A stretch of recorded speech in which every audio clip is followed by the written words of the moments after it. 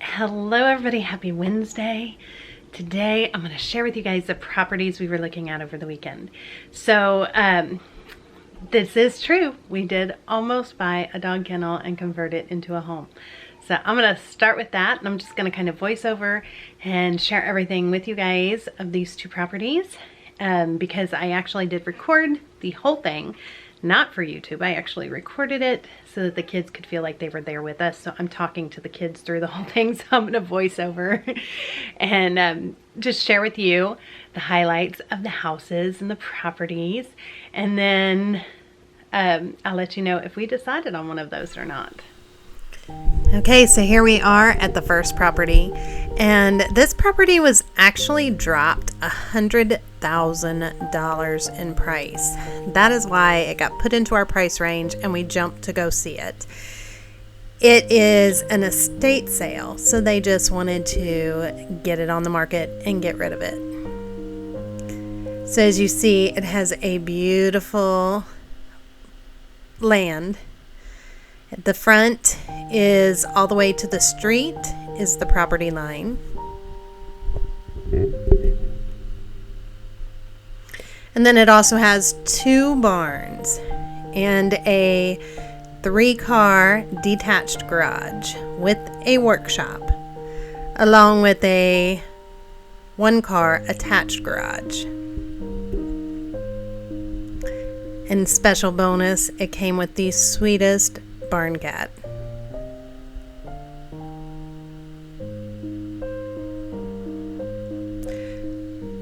So when you walk back to the back, this house was a dog kennel. And it is a dog kennel. And so there is cages everywhere where they had dog runs. And the property goes way back to the tower in the back. If you saw that, a transmission tower. So to transform this into a house, we would have to take out all the fencing. This is on the other side, and so that's the property line over there on that side of the backyard. And then, of course, more fencing, again, that would have to be ripped out.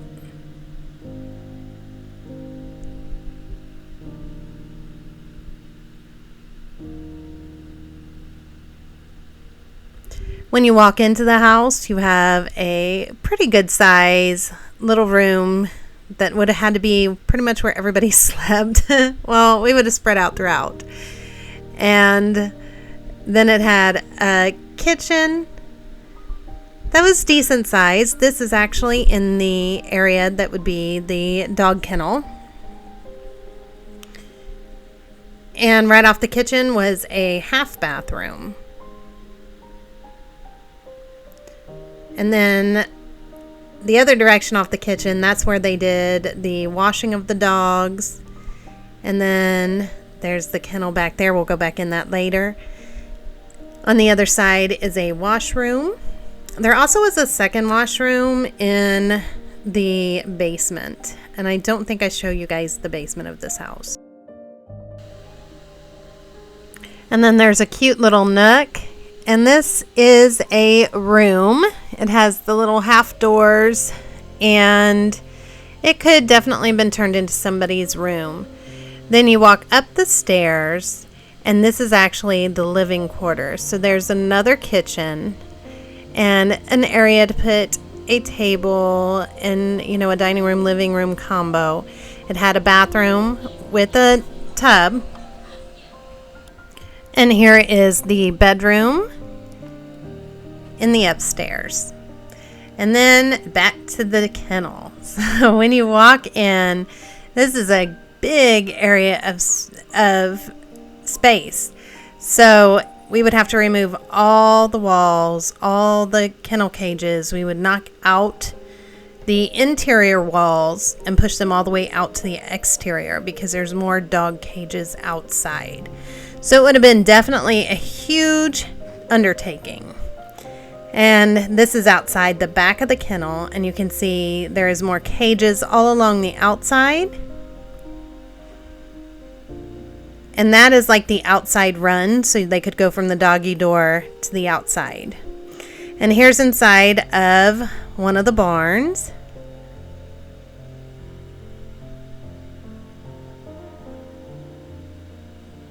And then this is the second barn on the property.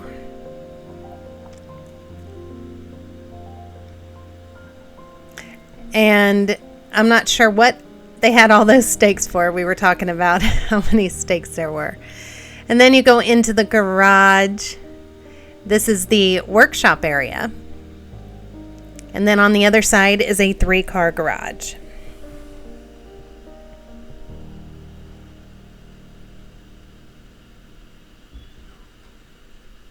And then they have a huge pond at the end of the property. It was a beautiful 13-acre property. Now we are at the second home. This home sits on 20 acres, and it is a 101-year-old farmhouse. So it definitely felt a little bit like it was falling apart as you were walking through it, but I love the old houses and all the charm that go with it. It had a big pond. And then you can see it did have some neighbors. That was definitely one of the main downsides to this property.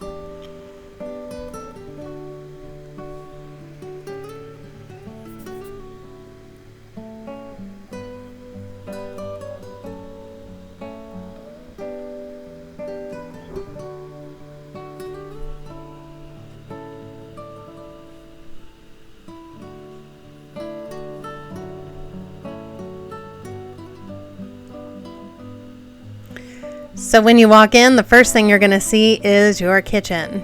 And there is no way to be an eat-in kitchen. This house was very small, about 1,300 square feet, which is actually the house I thought we were going to end up with.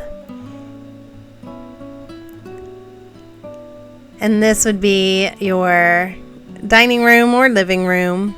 I would say probably the dining room. The door was just beautiful. And then this is what they turned into, what they called the master bedroom.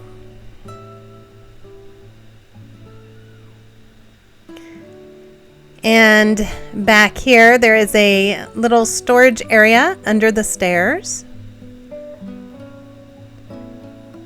Very Harry Potter-esque.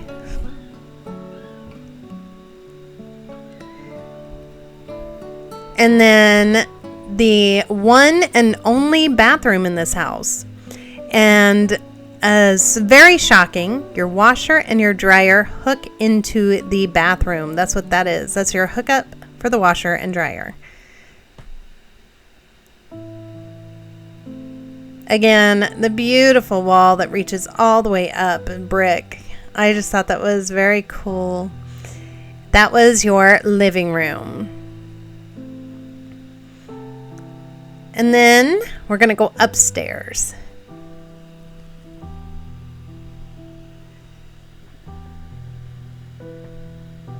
Now when you get to the top of the stairs, there's this cute little door, and that leads to your attic. That reminds me so much of my grandmother's house growing up. She had a very old Victorian house that was just beautiful. And then you have the bedrooms. There are 2 bedrooms.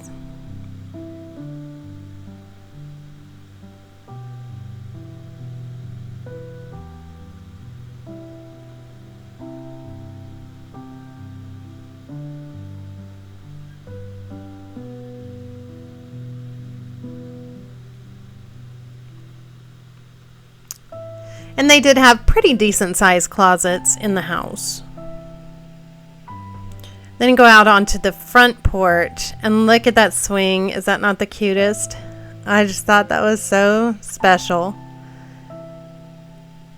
A very welcoming porch. I love that. And now we're going to go check out some of the outbuildings.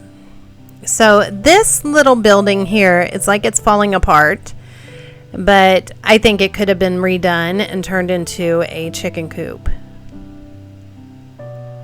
again, there's a look at the neighbors, and it's not just one. It's like almost like they're making it into a housing place, because there were about 5 or 6 houses with just normal sized backyards.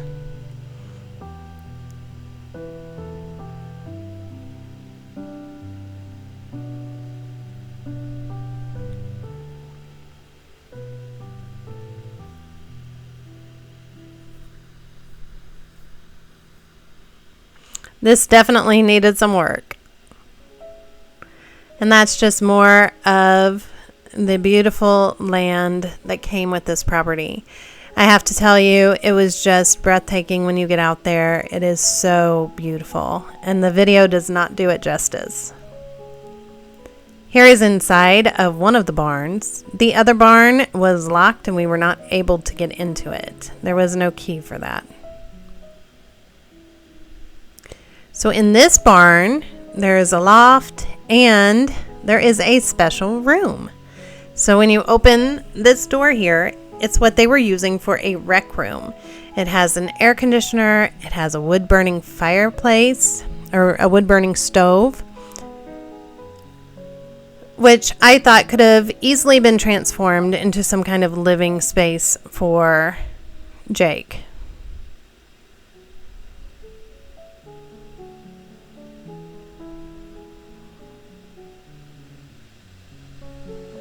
It had its own beautiful balcony that overlooked this just gorgeous property.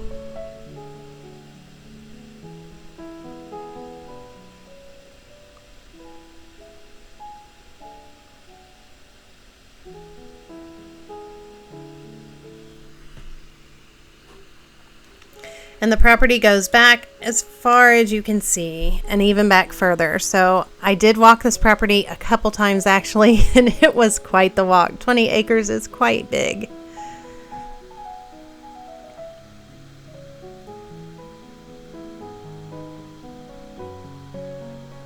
So once you get over the hill, then that opens to your second pasture. And it is just beautiful out there. There is a little like storage building. They left an RV out there, which I was surprised about. There was a creek. It was just beautiful. Okay, so did we decide on one of those? Well, the first property that I showed you was the dog kennel. And we actually did make an offer on that, you guys. We had the offer wrote out, and we were going to submit it. And we had went back a couple times. The kids were so gung-ho and so excited. It was a beautiful piece of property. The dog kennel could be turned into gorgeousness, and we would walk away with it over $100,000 profit. So it was kind of like, well, what was the hesitation? The hesitation was to make sure that we could get it done in a reasonable amount of time and kind of make a plan and see how much was it really going to cost us to transform this, to hire somebody to help kind of move some of the kennel walls and some things Charles couldn't do himself or with our help. So that is why we kind of hesitated for a minute and said, let us figure all this out. Then we'll make the offer and sign it. Well, we'll sign the offer. It was already wrote up. We'll sign it in the morning. And by morning, they had accepted another offer. So, which I'm not really surprised, because you can just do nothing and turn around and sell it and make $100,000. So, you know, depending on how long it's on the market. So it was kind of bummed a little bit, but we also know our place, we will find it. It will be there, our perfect place, and it won't go away. So the second house, I loved the property. I loved it. It was so beautiful. And it was 20 acres of just beauty. However, the no-go on that property for me and for Charles was the fact that, as I showed you, it had neighbors, like right up on you neighbors. And we do not want that. We want neighbors close enough that we could get them if needed, but no neighbors like right next door, because we want to be in the middle of nowhere, secluded, you know. And so that was what happened with both of those houses. So we will have more house hunting coming. I know we've been looking a lot on Zillow. Realtors are sending us stuff. And we're still looking, but I don't know if we'll go this weekend or not. I know we're also focused on just getting everything ready to hurry up and get out of here so that ours can get on market. And while it's selling, we can quickly find our place, because there's quite a few properties out there, so we're not too worried that it's not going to happen. It's just a matter of picking the perfect one. So that's where we are right now. I hope you guys enjoyed sharing this look at some houses with us, and we will see you guys next time. Thank you so much for watching. Bye, everybody.